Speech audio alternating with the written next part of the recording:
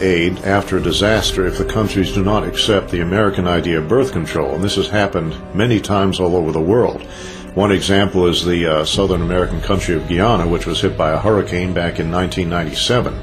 Now, they had turned down abortion and birth control for 12 years straight, but after the hurricane hit Guyana in 1997, the World Bank said, we will not give you any aid unless you legalize abortion and birth control, and that's exactly what they did.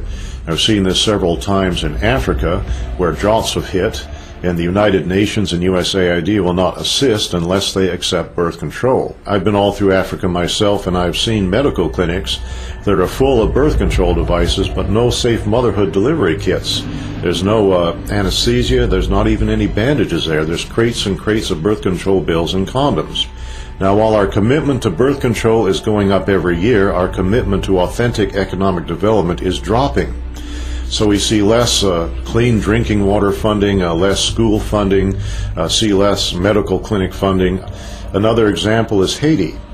Haiti has been hit by hurricanes several times, and the United States and other countries are saturated with birth control. In Haiti now, any woman, 90% of women at least, can now get access to any kind of birth control they want to, government funded, but less than 20% of the Haitians have access to clean drinking water.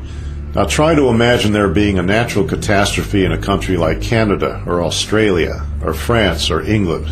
And we go in there and we say to them, we're not going to offer you any kind of aid unless you accept our philosophy on birth control and population control. That will be outrageous. But that's our standard operating procedure when we go to a black country after a catastrophe of some kind. You cannot believe that we are going to treat people in a foreign country like this and not treat our own population of African Americans the same way. Consider what happened after Hurricane Katrina. One of the first things we did was bring in birth control and contraception. And as we all know, the hurricane disproportionately affected black families in that area. And I seriously doubt if the same kind of disaster hit a middle-class white area, the first response would be condoms and birth control. This idea that population control could be used to control a specific population was not unique to NSSM 200. For example, before the Nazis took power in Germany, abortion had been illegal, except to save the life of the mother. But under Hitler, the Hamburg Eugenics Court ruled that it would still be illegal for Aryan women, but legal for women of what they called inferior racial stock. According to the court, encouraging eugenic abortions would promote racial hygiene and protect the health of the German people. This new policy eventually led to certain women being threatened with execution if they refused to abort what the Nazis called racially worthless babies. At about the same time this was going on in Germany, the government of Bermuda was blanketing the island with population control facilities and openly stating that their intent was to limit the numbers of blacks.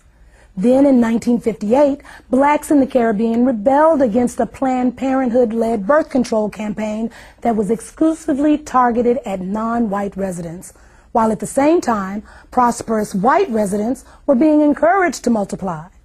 Following a similar pattern, a 1965 article in the Pittsburgh Courier newspaper reported that under apartheid, the white South African government was relying on targeted birth control as its primary weapon to reduce the number of blacks in the country. Unfortunately, we now know that the U.S. government was not immune to this sort of thing either. When 3 pro-choice researchers investigated the original motive behind the creation of the abortion pill, RU-486, what they discovered was that the scientific basis for it was actually developed in the United States during the 1960s by the National Institutes of Health at the U.S. Department of Health and Human Services. In their 1991 book, these researchers claimed to have found data showing that this agency was looking for an inexpensive and effective drug to control the populations of foreign countries that the government had classified as underdeveloped. The abortion pill was to be tested in these environments and, if successful, the plan called for it to then be introduced into black, Hispanic, and Native American communities in the United States. In 1977, only 3 years after NSSM 200 was issued, the director of the United States Office of Population, Dr. Reimert T. Ravenholt, publicly stated that it was the U.S. government's intention to sterilize 1/4 of the world's female population. According to Ravenholt, one of the driving forces behind this campaign was the need to protect American financial and commercial interests. Ravenholt said that some foreign governments were refusing to give the United States permission to come into their country and control their population. He said that, in those cases, the plan was to be carried out by two private organizations with an enormous amount of financial support from the American government. When asked by a St. Louis newspaper to name the two organizations, he said that they were the United Nations Fund for Population Activities and Planned Parenthood. Among government officials who supported the Ravenholt philosophy of using American intervention to control the populations of foreign countries, perhaps the most powerful were Republican President Gerald Ford, Vice President Nelson Rockefeller, and Secretary of State Henry Kissinger.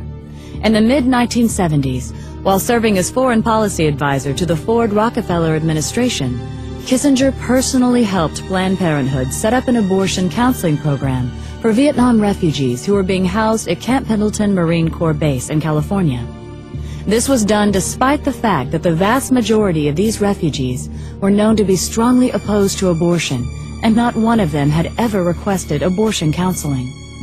At the same time, Kissinger also refused to hold an abortion training program that was being conducted by the Agency for International Development, which operates under the direction of the State Department. Kissinger allowed this project to continue despite numerous complaints that it was in clear violation of U.S. law that specifically prohibited American foreign aid funds from being used for this purpose. The commitment that Ford, Rockefeller, and Kissinger had for this illegal project may have been a reaction to something Raimart Ravenholt had said a few years earlier. In 1973, he was speaking at a Planned Parenthood national conference where he told attendees that abortion may actually be the most demographically powerful way of controlling population. Ravenholt would eventually be honored by Planned Parenthood for what it called innovation and vision in the population field. Years ago, a series of USA Today articles documented that there are large multinational corporations on the New York Stock Exchange today that actually got their start in the slave trade. But when slavery ended and Africans could no longer be financially exploited, many of those same corporations began pouring millions into the eugenics movement. The people they had found so valuable as property, they had little use for as fellow citizens. And again, some of those corporations and foundations and institutions are still around today, and every year they still pour millions into eugenics organizations like Planned Parenthood. In fact, if you look at Planned Parenthood's donor list, it reads like a who's who of corporate America. You also have individual elitists doing the exact same thing. People like Bill and Melinda Gates, Warren Buffett, Ted Turner, and many others have used their own personal fortunes to make sure that the eugenics movement never runs short of money. Of course, if you confront these people or these corporations about their support for organizations like Planned Parenthood, they'll tell you it has nothing to do with eugenics. And if someone is naive enough to believe that, that's fine. But to me, it's like someone saying, yeah, I'll give a few $1 million a year to the Klan, but I'm not really a racist. After the abortion pill RU-486 was approved for sale in the U.S., the controversy surrounding it kept the abortion lobby from being able to find an American company to produce it. That forced them to look for a foreign manufacturer. And after an 8-year search, a company owned by the Chinese government agreed to manufacture the drug for the U.S. market. The company's management made the decision after the Rockefeller Foundation agreed to provide financial backing for the project. There's also another connection between Rockefeller and RU-486. At the end of World War II, the German chemical manufacturer IG Farben was identified as the company that supplied the gas used in the Nazi concentration camps. The gas was called Zyklon B, and evidence later showed that Farben's executives knew how it was being used. In fact, evidence was uncovered to indicate that Farben engineers had actually designed the gas chambers. This led to some of them being tried at Nuremberg for crimes against humanity, including genocide and slavery. Interestingly, I.G. Farben was a financial partner with John D. Rockefeller and Standard Oil of New Jersey in a company called Standard I.G. Farben. In addition, within 3 months after Hitler came to power, the publicity director of Rockefeller Foundation and personal advisor to John D. Rockefeller, a man named Ivy Ledbetter Lee, was assigned the responsibility of directing public relations for I.G. Farben. After the war, I.G. Farben would change its name to become known as Hercht AG. Today, Hercht is a gigantic multinational corporation with subsidiaries all over the world, including the United States.